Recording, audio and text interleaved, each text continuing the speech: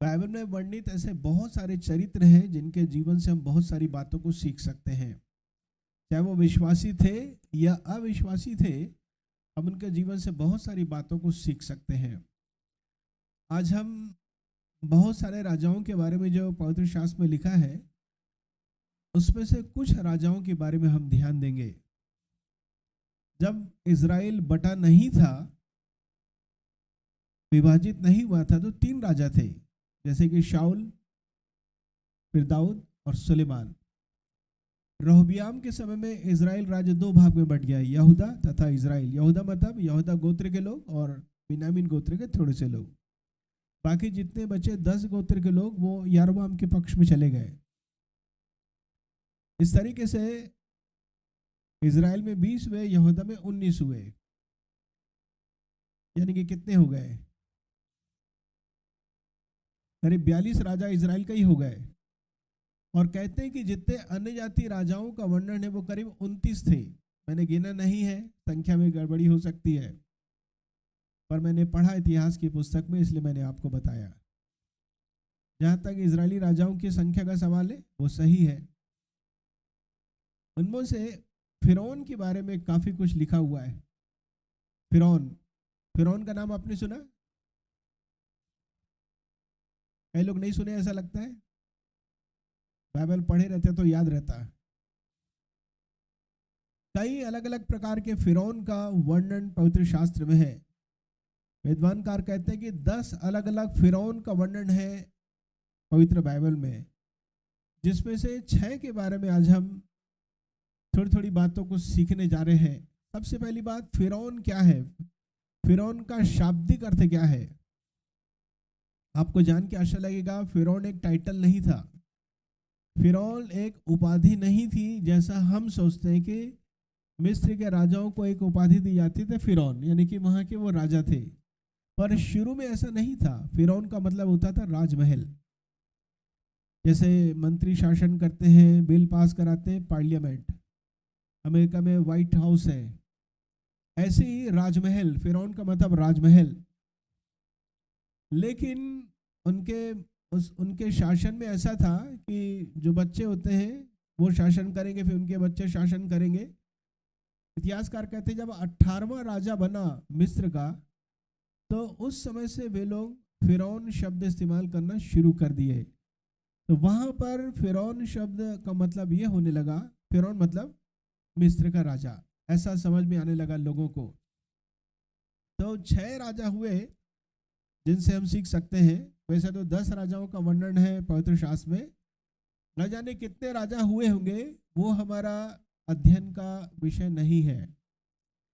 लेकिन जितने 10 राजाओं का वर्णन पवित्र शास्त्र में है, उसमें से 6 पर हम ध्यान देंगे, उनके जीवन से सीखेंगे, उनके संपर्क में जो आए उनके ऊपर क्या प्रभाव पड़ा, क्या बुरा प्रभाव पड़ा, वो सारी बात हम सीखेंगे, ताकि हम सारी बातों को जो हम सीखते हैं अपने जीवन में लागू करने वाले हो सके। कहते हैं कि सबसे पहला राजा जो मिस्र का हुआ था, प्रभु यीशु मसीह के जन्म के करीब 3100 साल पहले, उसका नाम था नारमन। नॉर्मल नहीं, नारमन। और जब 18वां राजा हुआ, तब उन्होंने एक शब्द इस्तेमाल करना शुरू किया, फेरो, यानी कि फिरौन। नारमन ने पूरे मिस्र पर शासन किया, उत्तरी भाग, दक्षिण भाग उसको जोड़ दिया और उसने शासन करना प्रारंभ किया। और मिस्र की जो सभ्यता है वो बहुत प्रसिद्ध है। कई ऐसे काम हुए मिस्र में, वहाँ की जो कलाकृति थी, वहाँ का जो तकनीकी ज्ञान था, वो विश्व में काफ़ी प्रसिद्ध है। और वहाँ के पिरामिड को कौन भूल सकता है, ढेर सारी बातें हैं। खैर, सबसे पहली बात हम देखेंगे, हम देखते हैं फिरौन का सबसे पहला वर्णन पवित्र शास्त्र में उस समय आता है जब अब्राहम मेसोपोटामिया से, ऊर देश से, इराक देश से कनान आया। और जब कनान आ गया तो बहुत बड़ा अकाल पड़ा, भीषण अकाल पड़ा। जब बहुत अकाल हुआ तो वो मिस्र में चला गया। देखिए, याकूब के समय भी ऐसे ही हुआ था, यानी कि यूसुफ के समय कह सकते हैं। तो अकाल में मिस्र ने, एटलीस्ट हम देखते हैं लोगों को उन्होंने सहायता दिया। इतनी अच्छी जमीन वहां की थी। यूसुफ के समय तो पूरे विश्व में अकाल पड़ा था। खैर वहां जब पहुंचेंगे तो मैं आपको बताऊंगा। तो अब्राहम क्या किया, मिस्र देश चला गया। और चूंकि अब्राहम की पत्नी बहुत सुंदर थी, मिस्र के निकट आते ही उसने अपने पत्नी से कहा, देखो यदि कोई पूछेगा तुम कौन हो तो कह देना कि बहन हो। वैसे भी उसकी कज़न थी। आपने देखा होगा कि कई जातियां ऐसी होती हैं, कई समाज के लोग ऐसे होते हैं जो आपस में विवाह कर लेते हैं। यानी कि रिश्ते में कोई भाई लगता है, रिश्ते में कोई बहन लगती है, कोई आंटी लगती है, और विवाह करना उनको अच्छा लगता है, यानी कि शुभ माना जाता है। खैर वो मेरा विषय नहीं। और देखिए मिस्र एक द हाउस ऑफ बॉन्डेज कहा जाता है। मिस्र को कहा जाता है बंधन का घर, दासत्व का घर, ऐसा कह सकते हैं। वास्तव में लिटरली ऐसा है नहीं, लेकिन उसका आत्मिक अर्थ हम बाइबल में ही देखते हैं, दासत्व का घर। मिस्र दुनिया को दर्शाता है। मिस्र पाप से भरे हुए आकर्षण को दर्शाता है, जहाँ पर दुनिया की चकाचौंध कर देने वाली तमाम आकर्षण से भरी हुई सारी चीज़ें हैं, और वो लोगों को अपनी तरफ खींचती हैं। सबसे पहली बात, मिस्र के निकट पहुंचा ही था, अब्राहम ने कहा कि कह देना कि बहन हो। कजन जरूर थी, लेकिन वो तो पत्नी बन गई थी उसकी। तो झूठ बोलना वहीं से शुरू हो गया। मिस्र पहुंचने ही पर झूठ बोलना नहीं था। और तब क्या हुआ, राजा ने सारा को रख लिया कि अपनी पत्नी बनाए। पढ़ेंगे उत्पत्ति उसका 12 अध्याय 16 और 17 पद। और फिरौन ने उसके कारण अब्राम की भलाई की, और उसको भेड़ बकरी, गाय बैल, दास दासियाँ, गधे गधैया और ऊँट मिले। परंतु यहोवा ने फिरौन और उसके घराने पर अब्राम की पत्नी सारै के कारण बड़ी बड़ी विपत्तियां डाली। जी हाँ, प्रभु यीशु मसीह के जन्म के करीब 2080 साल पहले की बात है। उस राजा ने उसकी पत्नी को रख लिया, हालांकि क्योंकि उसको मालूम नहीं था ये बात, और उसने ज्यादा पूछताछ करने की आवश्यकता भी नहीं समझा। और उसके कारण उसने ढेर सारी भलाई किया, ढेर सारा चीज दे रहा है। और तब परमेश्वर ने उस परिवार में, राजमहल में बड़ी विपत्तियां डाला। और तब वो राजा घबरा गया। और तब उसको समझ में आता है कि नहीं नहीं, ये सारा जो है उसकी पत्नी है। हम क्या सीखते हैं, संसार में, संसार के पास बहुत सारी चीजें हैं आपको मुझको देने के लिए। उसके एवज में वो क्या करना चाहता है, हमारे परिवार के लोगों को ले लेना चाहता है। पति को ले लेना चाहता है, पत्नी को ले लेना चाहता है, बच्चों को ले लेना चाहता है, और अपने में वो रख लेना चाहता है। मैंने ऐसा कुछ लोगों के बारे में सुना कि कई लोग थे, उनकी संस्थाएं उनको विदेश भेजा करती थी, और जब वो विदेश गए तो सबसे दुख की बात यह है कि शादीशुदा होने के बावजूद भी वो वहाँ शादी कर लिए और उस देश में जाकर गुम हो गए। यानी कि अब उनको आसानी से ढूंढ पाना बहुत मुश्किल हो गया। बड़ा आकर्षण है विदेश में, कई देश ऐसे हैं कि बड़ा आकर्षण है, बहुत अच्छा लगता है। तकनीकी ज्ञान में वो काफी आगे हैं। सभी देश तो नहीं कह रहा, कुछ एक देश की बात कर रहा हूं, जैसे अमेरिका। कई लोग गए, वहां से वापस नहीं आए, दोबारा विवाह कर लिए। तो मतलब क्या हुआ, यही है मिस्र, पापों की दुनिया जो हमें खींच लेना चाहती है, हमारे परिवार के लोगों को हमसे अलग करना चाहती है। तो यहाँ जो राजा था, बड़ा अजीब सा नाम है उसका, मेंटूहोटपे प्रथम और इनयोटेफ प्रथम, ये फिरौन राजा था अब्राहम के समय में। कहते हैं जोसेफस नाम का जो इतिहासकार था, जोसेफस नाम का जो इतिहासकार था, वो कहता है कि जब अब्राहम मिस्र गया तो उसको कुछ एक विषयों पर, एस्ट्रोलॉजी और कुछ विषय पर विशेष ज्ञान था। उस ज्ञान को उसने मिस्र के लोगों को सिखा दिया। अब ये कहना मतलब बहुत ज़्यादा बढ़ा चढ़ाकर कहना नहीं होगा। कहते हैं कि उसके ज्ञान से लोगों को बड़ी सहायता मिली कि वो पिरामिड बना सके। ये बात गलत भी हो सकती है, सही भी हो सकती है, क्योंकि इतिहास की बात है। वैसे तो विद्वानकार पिरामिड की उम्र निकालते हैं प्रभु यीशु मसीह के जन्म से करीब 2500 वर्ष पहले। पर यदि हकीकत में देखा जाए तो प्रभु यीशु मसीह के जन्म के 1800 वर्ष पहले की बात है वो। यदि 1800 वर्ष पहले की बात हम मानते हैं तो ये पूरी संभावना है कि अब्राहम ने जाकर कुछ ऐसा सिखाया बताया जो आगे चल के उनके पिरामिड बनाने के काम में आया। मुझे नहीं मालूम ये बात सच है या गलत है, लेकिन मैं आपको बताना चाहता हूँ मैं पिरामिड के अंदर जा चुका हूँ। 2 बार मैं गया पिरामिड के अंदर। पहले मैं सोचता था कि पिरामिड के अंदर कुछ होगा। मिस्र में जब मैं गया पिरामिड के अंदर, वहाँ कुछ नहीं है, तो बस उतरते चले जाओ ऊपर से नीचे, पूरा खाली है। क्योंकि उस ज़माने में क्या होता था, जब फिरौन राजा ख़त्म होता था तो उसकी ममीज़ तैयार करते थे। शरीर के कई अंगों को निकाल लिया जाता था, ब्रेन को नाक से निकालते थे, पूरा खाली कर देते थे, फिर मसाला भर देते थे। मैंने रोम में एक स्त्री के मम्मी को देखा, यानी कि मैं समझ गया कि बहुत साल पुराना है ये। तो जब फिरौन के राजा ख़त्म होते थे तो उनको ऐसा लगता था कि हमारा राजा जब दूसरे राज्य में जाएगा, दूसरी दुनिया में जाएगा या फिर जन्म लेगा तो वो अकेला नहीं रहना चाहिए, उसके साथ कई सेवकों को मार डालते थे, दफना देते थे। फिर हमारा राजा गरीब नहीं होना चाहिए तो ढेर सारे पैसों को, सोना को भी वो दफन कर देते थे। बाद में चोरों को पता चला तो वो निकाल लिए और वहाँ जो कुछ था पिरामिड के अंदर बोलते हैं उसको म्यूज़ियम में रख दिया गया। मैं तो म्यूज़ियम नहीं जा पाया, लेकिन पिरामिड के अंदर गया।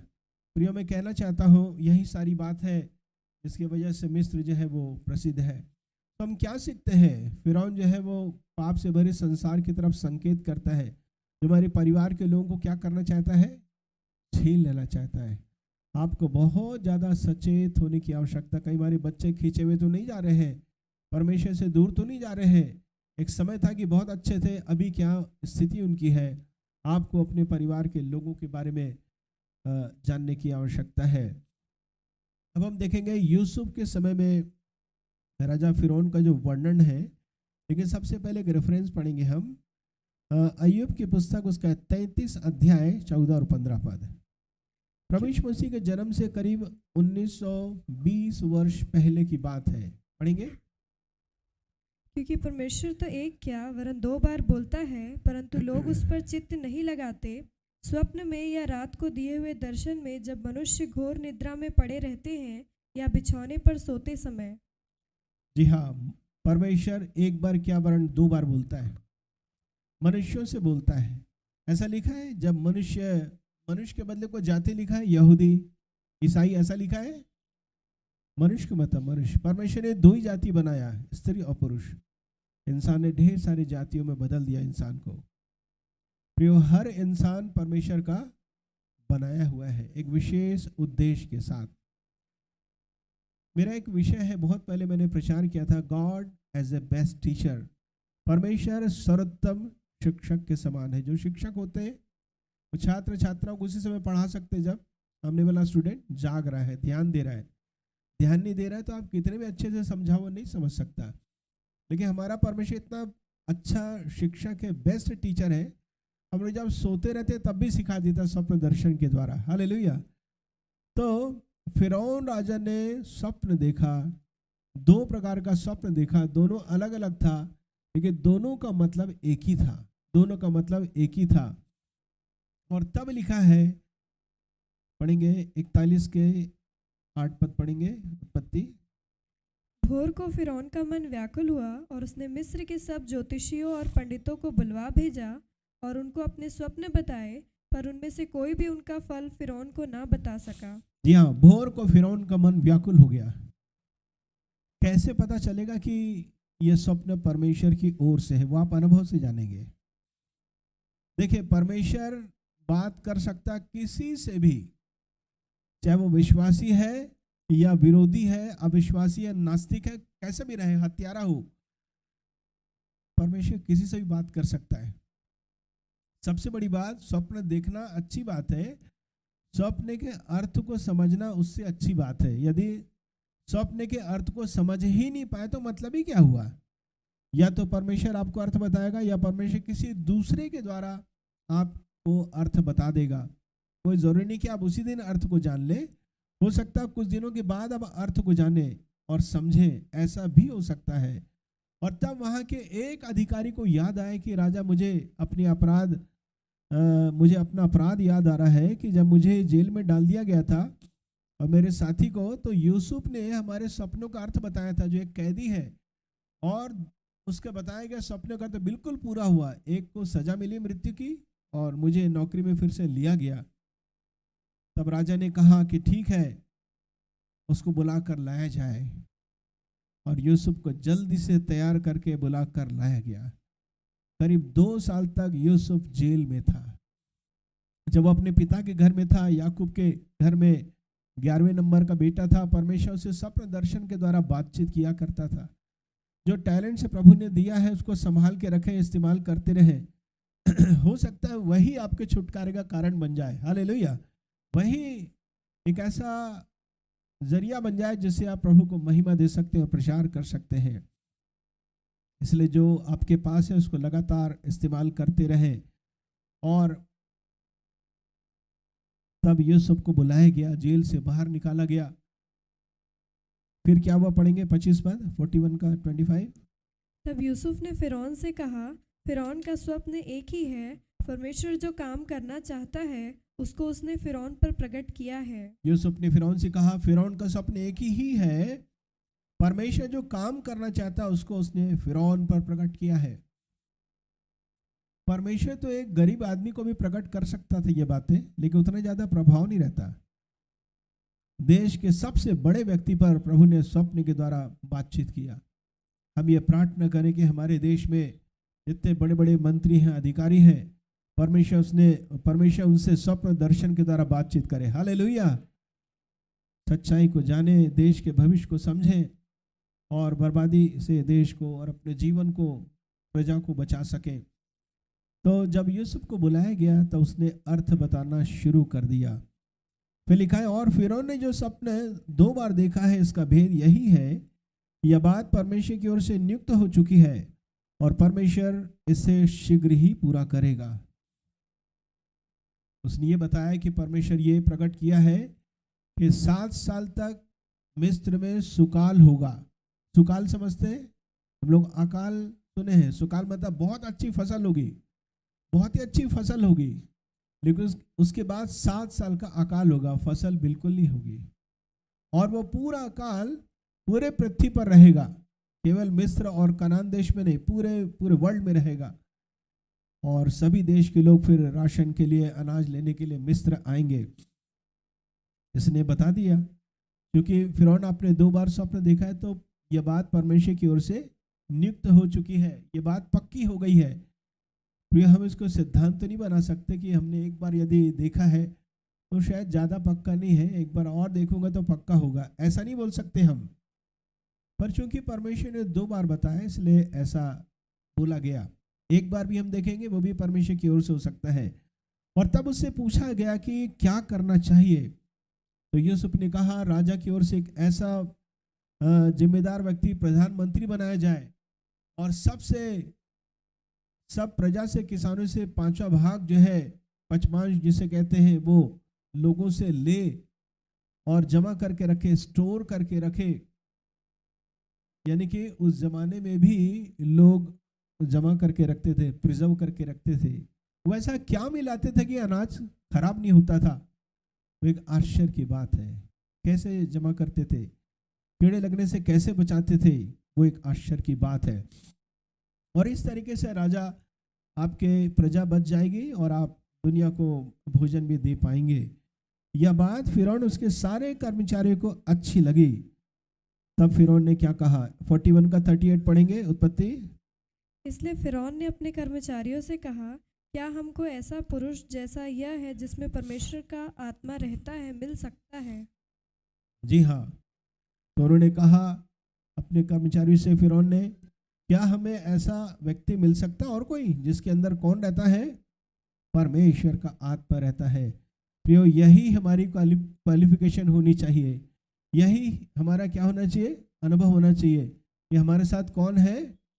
परमेश्वर है। हालेलुया। हमारे साथ परमेश्वर है, यही एक सर्टिफिकेट हमारे पास होना चाहिए कि, और इस वजह से हम इस देश के लिए आशीषित ठहरेंगे।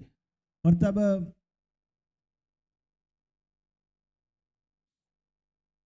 देखिए 39 भी पढ़ेंगे, 39, 40, 41, फिर 42 तक पढ़िए। फिर फिरौन ने यूसुफ से कहा, परमेश्वर ने जो तुझे इतना ज्ञान दिया है कि तेरे तुल्य कोई समझदार और बुद्धिमान नहीं, इस कारण तू मेरे घर का अधिकारी होगा और तेरी आज्ञा के अनुसार मेरी सारी प्रजा चलेगी। केवल राजगद्दी के विषय मैं तुझसे बड़ा ठहरूंगा। फिर फिरौन ने यूसुफ से कहा, सुन, मैं तुझको मिस्र के सारे देश के ऊपर अधिकारी ठहरा देता हूँ। तब फिरौन ने अपने हाथ से अंगूठी निकाल के यूसुफ के हाथ में पहना दी और उसको बढ़िया मलमल के वस्त्र पहनवा दिया और उसके गले में सोने की जंजीर डाल दी आगे भी। और उसको अपने दूसरे रथ पर चढ़वाया और लोग उसके आगे आगे यह प्रचार करते चले कि घुटने टेक कर दंडवत करो। और उसने उसको मिस्र के सारे देश के ऊपर प्रधानमंत्री ठहराया। जी हाँ, मैं थोड़ी देर पहले सोच रहा था, एक समय था कि इसके पाँव में हाथ में लोहे की जंजीर थी या फिर पीतल की जंजीर थी, देखिए अब गले में सोने की जंजीर आ गई। हालेलुया।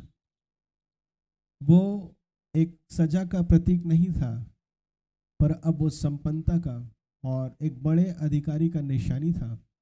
उसे अंगूठी में पहना दिया गया, अर्थात बहुत ऊंचा पद उसको दिया गया। जैसे कि हम जोसेफ फिल्म में हमने देखा था, बहुत पहले जोसेफ फिल्म हम लोग देखे थे, उसमें जो अधिकारी दो अधिकारी इसको बहुत ज़्यादा सताए थे, एक पोतीफर और दूसरा एक और जो उससे काम कराता था। दोनों में से एक क्षमा मांगता है, दूसरा भी पश्चाताप के कोई शब्द बोलता है। और ऐसा बाइबल में लिखा नहीं कि यूसुफ ने उनसे क्या किया, बदला लिया, ऐसा नहीं लिखा है। हम यहाँ पर ये सीखते हैं कि जब परमेश्वर फिरौन से जो यूसुफ के समय था बातचीत कर सकता था, और जब उसने परमेश्वर की आज्ञा को मान लिया, तो न केवल मिस्र बचा बल्कि मिस्र बचाने वाला भी बन गया। हालेलुया। देखिए जैसे रिले रेस होती है ना, तो उसमें कई लोग रहते हैं, सबका ठीक होना ज़रूरी है। एक तरफ तो फिरौन ठीक था, दूसरी तरफ यूसुफ को भी ठीक होना था। यूसुफ तो ठीक ही था, फिरौन को ठीक होना था, ऐसा कह ले हम। फिरौन से परमेश्वर ने बातचीत किया, यूसुफ को प्रभु ने अर्थ बताया। ये दो व्यक्ति थे। मेरे कहने का मतलब, यदि परमेश्वर किसी को स्वप्न दर्शन से बातचीत करता है, तो हम परमेश्वर से ये मांगे, प्रभु हम उसके स्वप्न अर्थ को क्या कर सकें, समझ सकें, ताकि सही ढंग से क्या कर सकें, उनको गाइड कर सकें। यदि भारत देश के कोई बहुत बड़े व्यक्ति को प्रभु स्वप्न देता हो, दर्शन देता है, तो ऐसा कोई व्यक्ति हो सके जो उसको अर्थ को बता सके और सही ढंग से उनका मार्गदर्शन कर सके। तो इस फिरौन के बारे में तो बहुत अच्छी बात थी।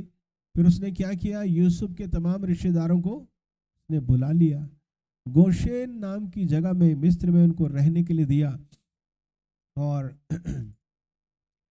वो समय प्रिय मूर्ति पूजा का टाइम था, मूर्ति पूजा किया करते थे मिस्र के नागरिक।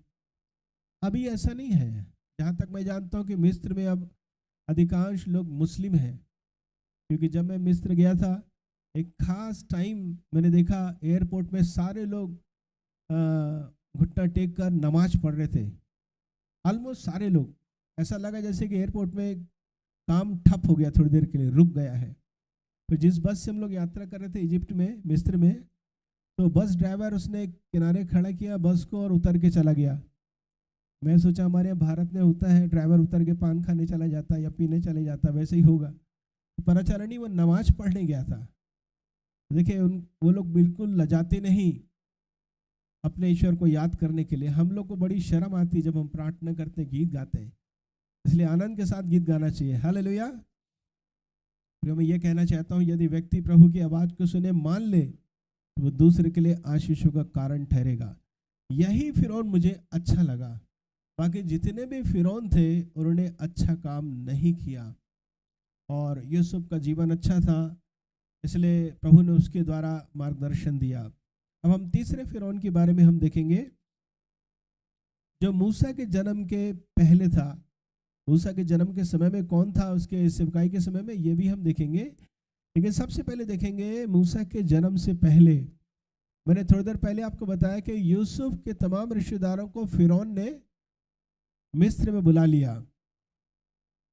और सारे के सारे याकूब और जितने बच्चे थे छोटे से लेके बड़े तक सब मिस्र चले गए।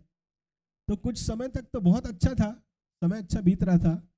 फिर ऐसा भी समय आया कि जो मिस्र का राजा था वो यूसुफ को नहीं जानता था।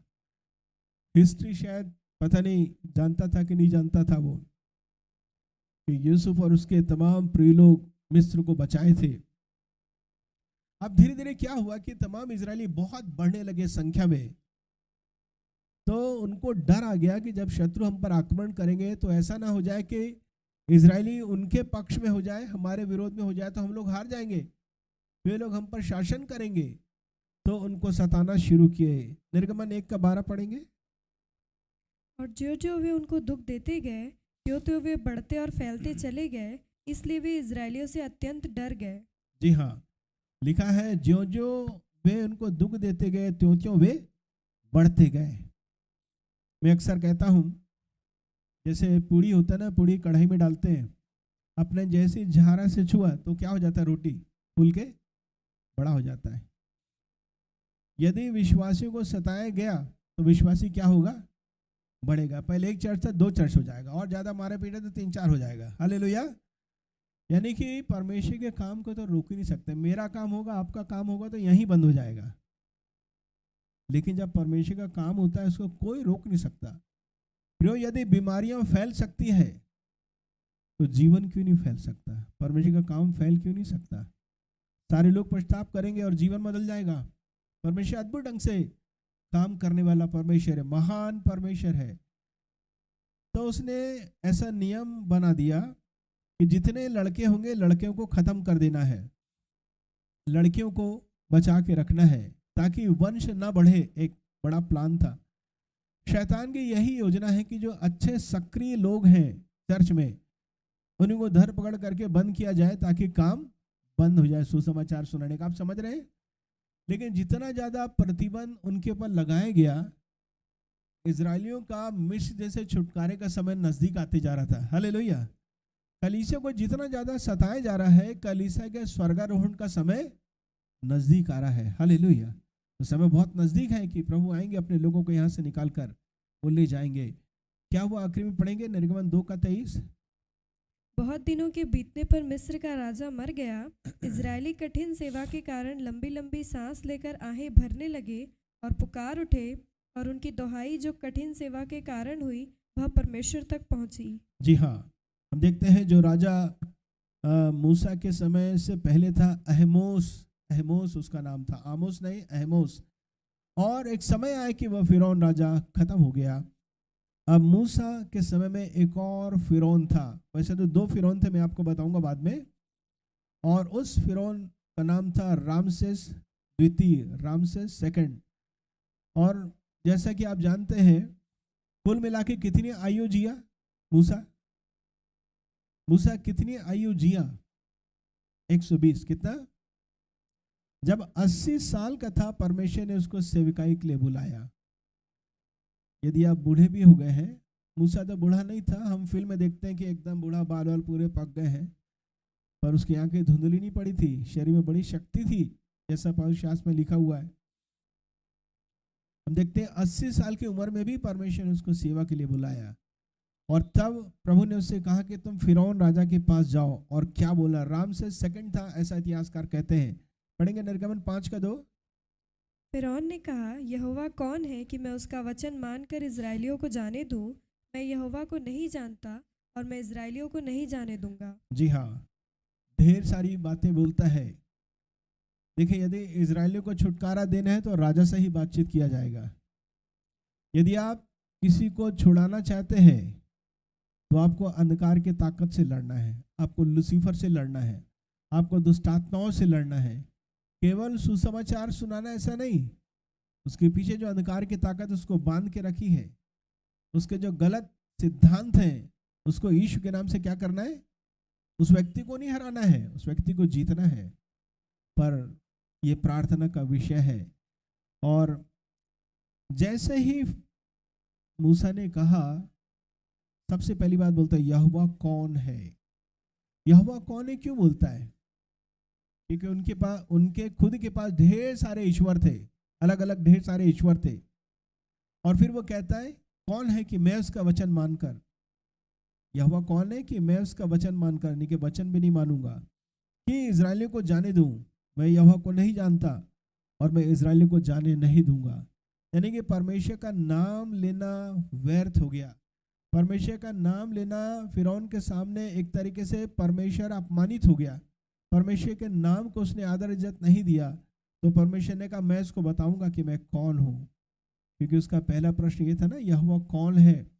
तो यदि आप ध्यान से बाइबल पढ़ें तो 10 प्रकार की विपत्ति परमेश्वर ने भेजा था। वो विपत्ति किसी को याद है? वो विपत्ति किसी को याद है क्या क्या विपत्ति थी? ये सब निर्गमन में लिखा है, जरूर से पढ़िए, जल्दी से जल्दी खत्म करिए उसको। 1 अध्याय से 25 अध्याय तक, उसके आगे मिलाप वाले तंबू के बारे में लिखा है जो आपको समझ में नहीं आएगा। हाँ 32-33 जरूर पढ़ सकते हैं, उसमें कुछ फर्क है। आपको जान के बड़ा अच्छा लगेगा कि जो अंधेरा होता था 3 दिन 3 रात, वो केवल मिस्त्रियों के घर में था, इजरायलियों के घर में उजाला रहता था। ऐसा कैसे? पशुओं पर ओला गिरा जिसमें आग मिली हुई थी, मिस्त्रियों के पशु खत्म हुए, इजरायलियों के नहीं हुए। और तब ऐसा हुआ, देखिए 8 का 32 पढ़ेंगे निर्गमन। तब फिरौन ने इस बार भी अपने मन को कठोर किया और उन लोगों को जाने न दिया। जी हाँ, 9 का 12 भी पढ़ेंगे। तब यहोवा ने फिरौन के मन को कठोर कर दिया और जैसा यहोवा ने मूसा से कहा था उसने उसकी ना सुनी। कई लोग कहते हैं कि पासा परमेश्वर तो पहले ही बोल चुका था मूसा को कि मैं उसके मन को कठोर करूंगा, पर उसके मन को कठोर कब किया? 9 के 12 में लिखा तब। हम लोग तो जल्दी से पढ़ देते हैं तब यहोवा ने, नहीं तब, तो रुको थोड़ा सा। तब कब? जब फिरौन ने कई बार अपने मन को कठोर कर चुका था, उसने अपना काम किया गलत तरीके से, तो परमेश्वर ने कहा अब मैं बताता हूँ उसको, बहुत अवसर दिया, अब मैं इसके मन को कठोर करता हूँ। इसलिए बाइबल में लिखा, पौलुस कहता है रोमियो में, जिस पर परमेश्वर दया करना चाहता है उसी पर दया करता है। कब? जब वो बहुत बार दया कर देता है। अब वो एक्स्ट्रा दया जो है वो परमेश्वर के ऊपर है, दया करेगा या नहीं करेगा। ऐसा नहीं कि परमेश्वर ने फिरौन को इसलिए जन्म दिया था कि अपनी ताकत बताए, वो गलत है। आपके मेरे समान वो इंसान था, उसको भी मन फिराव की आवश्यकता थी, उसको भी जीवन की आवश्यकता थी, पर उसने अपने स्वतंत्र इच्छा का दुरुपयोग किया। तो मैंने आपको बताया कि हर बार वो अपने मन को कठोर कर लेता था। कठोर ना करें। हम मिस्र के राजा से सीखते हैं, जब परमेश्वर हमसे बात करता है हम अपने मन को कठोर ना करें, मान ले बहुत आसानी से। जो 10 प्रकार की विपत्तियां आई थी, उनको विपत्तियों से बचाने के लिए उनके अपने खुद के ईश्वर होते थे उस जमाने में, उनके मिस्त्रियों के, और सारे ईश्वर फेल हो गए उनको बचाने के लिए। और आखिर में यह था कि सबके पहलौठे बच्चे क्या हो जाएंगे? खत्म हो जाएंगे। पहलौठा जो होता है फर्स्ट बॉर्न परिवार का बहुत ही कीमती होता है। यहाँ तक कि पशु के भी फर्स्ट बॉर्न खत्म हो गए। पहलौठा एक ही था कि मेमना का लहू डोर पोस्ट में, दरवाजे के दोनों अलंगों पर, दरवाजे के किनारे ऊपर में लगाना है तभी बच पाएंगे। तो सब के सब बच गए जो लगाए थे, लेकिन बाकी के नहीं बच सके। तो एक बहुत बड़ी विपत्ति थी। तब ये कहता जरूर है, 9 का 27 पढ़ेंगे। तब फिरौन ने मूसा और हारून को बुलवा भेजा और उनसे कहा, इस बार मैंने पाप किया है, यहोवा धर्मी है और मैं और मेरी प्रजा अधर्मी है। इतने दिन के बाद, इतने समय के बाद वो कहता है यहोवा धर्मी है। अभी थोड़ा समझ में आया, लेकिन अभी भी कठोर कर रहा है। पूरी रीति से वो नम्र दिन नहीं हुआ। इसलिए परमेश्वर कहता है ना कि तो कब तक मेरी प्रजा के सामने नम्र दिन नहीं बनेगा, ऐसा भी लिखा है। वो कहता है कि मैंने पाप किया है, यहोवा धर्मी है, मैं और मेरी प्रजा अधर्मी है। लेकिन जब सब ठीक हो जाता था वो अपने मन को फिर से कठोर कर लेता था। कई लोग ऐसे रहते हैं, जब सब कुछ ठीक रहता है तो प्रभु को नहीं मानते, जैसे कुछ गड़बड़ होता है प्रेयर करवाने आते हैं, प्रेयर करते हैं, प्रभु के भवन आते हैं, बाकी से मतलब नहीं रहता उनको। ऐसे मतलबी लोगों की आवश्यकता प्रभु को नहीं है। परमेश्वर तो सब समय का परमेश्वर है, हालेलुया। लेकिन परमेश्वर ऐसे लोग का भी स्वागत करता है जो दुख तकलीफ परेशानी में उनको तुच्छ नहीं जानता, उनको वो ठीक करना चाहता है। 10 का 7 पढ़ेंगे। फिरौन के कर्मचारी ने क्या कहा फिरौन को? तब फिरौन के कर्मचारी उससे कहने लगे, वह जन कब तक हमारे लिए फंदा बना रहेगा? उन मनुष्यों को जाने दे कि वे अपने परमेश्वर यहोवा की उपासना करें। क्या तू अब तक नहीं जानता कि सारा मिस्र नष्ट हो गया है? फिरौन राजा, क्या अब तक आप नहीं जानते कि सारा मिस्र देश बर्बाद हो चुका है? यानी कि एक व्यक्ति मन को कठोर कर रहा है और नहीं मान रहा है, तो उसके नीचे जितने लोग हैं सब बर्बाद हो रहे हैं। यदि परिवार का मुखिया यदि नहीं मान रहा है तो परिवार के लोगों में बड़ी परेशानी आएगी। यात्रियों में एक व्यक्ति नहीं मान रहा है तो बड़ी परेशानी आएगी। योना प्रभु से दूर भाग रहा था, उसकी वजह से क्या हुआ? जितने सवारी थे उस पानी जहाज में, सबके सब परेशानी में पड़े। पौलुस जब जहाज में था, उसको इटली ले जाया जा रहा था, रोम। पौलुस की बातों को किसी ने ध्यान नहीं दिया। क्या हुआ? बड़ी परेशानी आई, जहाज पूरा टूट गया, ले दे के बचे बड़ी मुश्किल में वे लोग, कोई खत्म नहीं हुआ। मेरे कहने का मतलब, जो आप परिवार के प्रमुख हैं उनसे मैं कह रहा हूँ, आप अपने मन कठोर मत करिए, वरना आप अपने परिवार के बर्बादी के लिए आप स्वयं जिम्मेदार होंगे। अभी भी समय है कि हम संभल जाएं, प्रभु के मार्ग में चलें। तो क्या हुआ कि तमाम इजरायली मिस्र देश से बाहर निकले, सामने लाल समुद्र था, पीछे सेना थी और दोनों तरफ कहते हैं कि पहाड़ था, भागना मुश्किल था। लाखों की संख्या में लोग थे, संभवतः 20 लाख लोग थे, पता नहीं कितने थे। 6 लाख तो प्यादे ही थे। और प्रभु ने लाल समुद्र को 2 भाग कर दिया, पूरे लोग वहां से पार होकर निकल गए। तो क्या करने लगे, मिस्र की जो सारी सेना थी वो भी उसमें से पार होना शुरू किए। तब ऐसा हुआ कि परमेश्वर ने इस पानी को क्या किया? पलट दिया और सारे लोग उसमें डूब के खत्म हो गए। 14-28 पढ़ेंगे। और जल के पलटने से जितने रथ और सवार इजरायलियों के पीछे समुद्र में आए थे, वे सब वरन फिरौन की सारी सेना उसमें डूब गई और उसमें से एक भी ना बचा। सारी और एक भी, इस पर ध्यान देंगे। फिरौन की सारी सेना उस पर डूब गई, एक भी ना बचा। किसी देश का यदि सैनिक खत्म होता तो बहुत बर्बादी है, पैसों की बहुत बर्बादी है। एक तो एक व्यक्ति खत्म हो गया, वो भी बहुत बड़ा नुकसान है, क्योंकि बहुत पैसे खर्च करके सरकार उसको सैनिक बनाती है और यानी कि सुरक्षा की जिम्मेदारी सैनिकों के हाथ में रहती है। और वो खत्म हो जाए, और यदि सारे सैनिक खत्म हो जाए तो कितना बड़ा नुकसान है। यहाँ तक कि फिरौन भी खत्म हो गया। तो बोलते हैं कि जो राजा फिरौन खत्म हुआ था लाल समुद्र में उसका नाम हामान था। क्या नाम था उसका? वो हामान नहीं जो मोर्दकै और एस्तर की पुस्तक में था, वो दूसरा हामान है। हामान, ऐसा कहते हैं इतिहासकार, मुझे मालूम नहीं कहाँ तक सही है। तो जो मिस्र का राजा था वो भी खत्म हो गया। अब हम एक वचन देखेंगे जो यिर्मयाह नबी ने कहा था, यिर्मयाह 46:17। वहाँ वे पुकार के कहते हैं, मिस्र के राजा फिरौन का सत्यानाश हुआ, क्योंकि उसने अपना बहुमूल्य अवसर खो दिया। मुझे मालूम नहीं यिर्मयाह ने इस वचन को कौन से फिरौन के लिए कहा था, किस समय के फिरौन के लिए कहा था, मुझे नहीं मालूम। पर इस वचन को मैं इसी फिरौन के साथ जोड़कर देखता हूँ जब मूसा प्रभु की सेवकाई कर रहा था। देखिए, बड़ा अवसर, बहुमूल्य अवसर परमेश्वर ने फिरौन को दिया था, पर उसने अवसर को गंवा दिया। तो वो क्या हो गया? सत्यानाश हो गया। परमेश्वर मन फिराने के लिए आपको अवसर दे रहा है, अपना जीवन समर्पित करने के लिए आपको अवसर पे अवसर दे रहा है। लिखा है, कल के दिन के विषय में तू मत फूल, क्योंकि तुझे नहीं मालूम आज दिन भर में क्या होगा। इसलिए जो निर्णय लेना कब लेना है? आज और अभी। अपना जीवन सौंप देना प्रभु के हाथ में। ऐसा ना हो कि विनाश आ जाए, ऐसा ना हो कि मृत्यु आ जाए, तो पहले ही अपने जीवन को तैयार कर लेना है। एक और राजा के बारे में देखेंगे, राजा योशिया के समय में। हम देखते हैं राजा योशिया ने बहुत अच्छा काम किया था। शमूएल नबी के बाद से योशिया के समय तक पास ओवर फसह का पर्व बहुत अच्छे से मनाया नहीं गया था, और इसके समय में शासनकाल में बहुत अच्छे से मनाया गया। प्रजा बहुत खुश हो गई।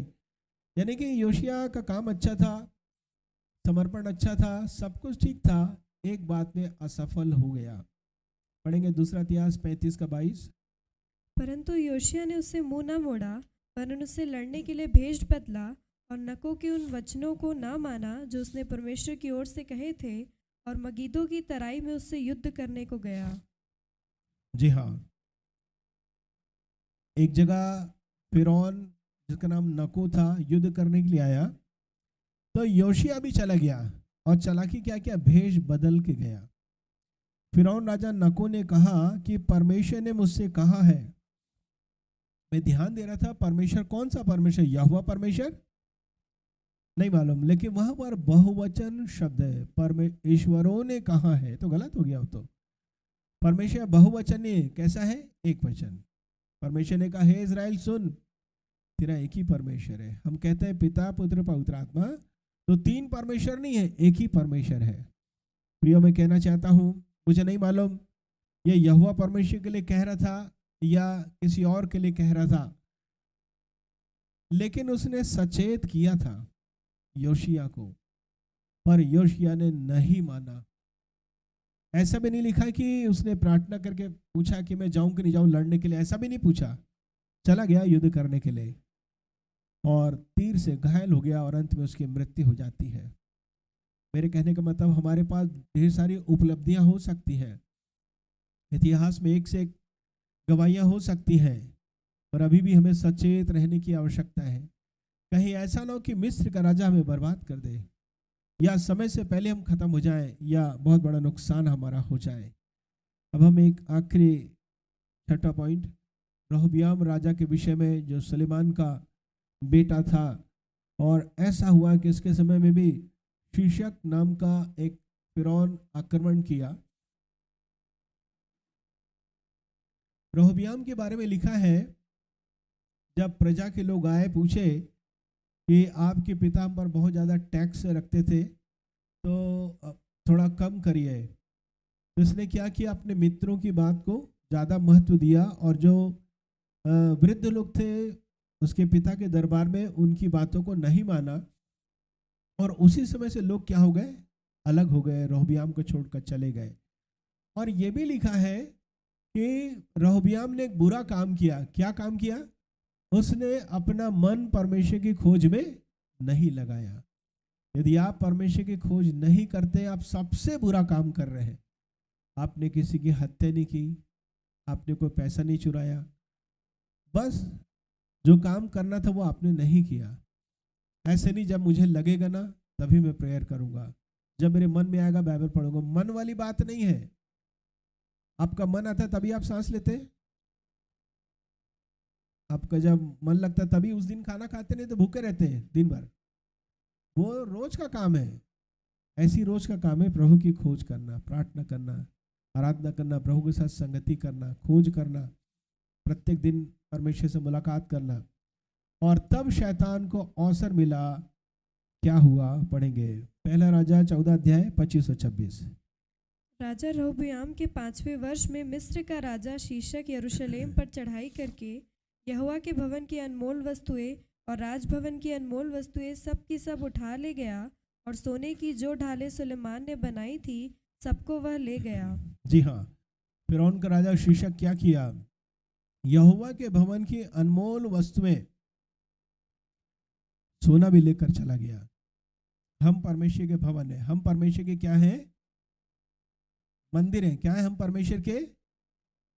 इस मंदिर में से, इस भवन में से, इस जीवन में से अनमोल चीज लेकर वो चला जाएगा। अच्छे अच्छे अनुभव जो आपके पास है वो सब लेकर चला जाएगा। सोना जो है वो परमेश्वर का स्वभाव को दर्शाता है। सोना जो है वो परमेश्वर का स्वभाव को दर्शाएगा, तो वो स्वभाव चला जाएगा। जब हमारे जीवन से परमेश्वर का स्वभाव चला जाएगा तो कौन सा स्वभाव दिखाई देगा, हमारा स्वभाव दिखाई देगा, पुराना स्वभाव दिखाई देगा, क्योंकि परमेश्वर हमको छोड़ के चला जाएगा। प्रियो, मैं कहना चाहता हूँ, यदि हम अपना मन प्रभु की ओर न लगाएं, परमेश्वर की खोज न करें, तो फिरौन का राजा हम पर आक्रमण करता है, अर्थात ऐसी दुष्ट आत्मा हम पर आक्रमण करेंगी, जो कुछ हमारे जीवन में अच्छा बचा है वो भी लेकर चला जाएगा, और हम एक बहुत बड़े बर्बादी की ओर आगे बढ़ते चले जाएंगे।